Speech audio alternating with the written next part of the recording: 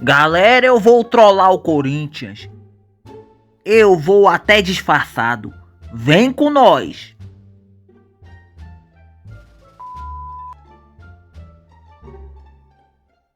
Oi, Corinthians. Eu vim falar algo sério. O quê? Você marcou um passeio de balão com a nossa empresa e eu vim confirmar com você. Passeio de balão? Mas eu não marquei nada. Não foi você que falou com a gente? Qual o nome da empresa? É Balão Huracan. Você veio tirar com a minha cara? Oi? Ah, é você, Parmeira. Você é uma vergonha, Corinthians. Vai pra merda. Ah, como eu odeio esse Parmeira.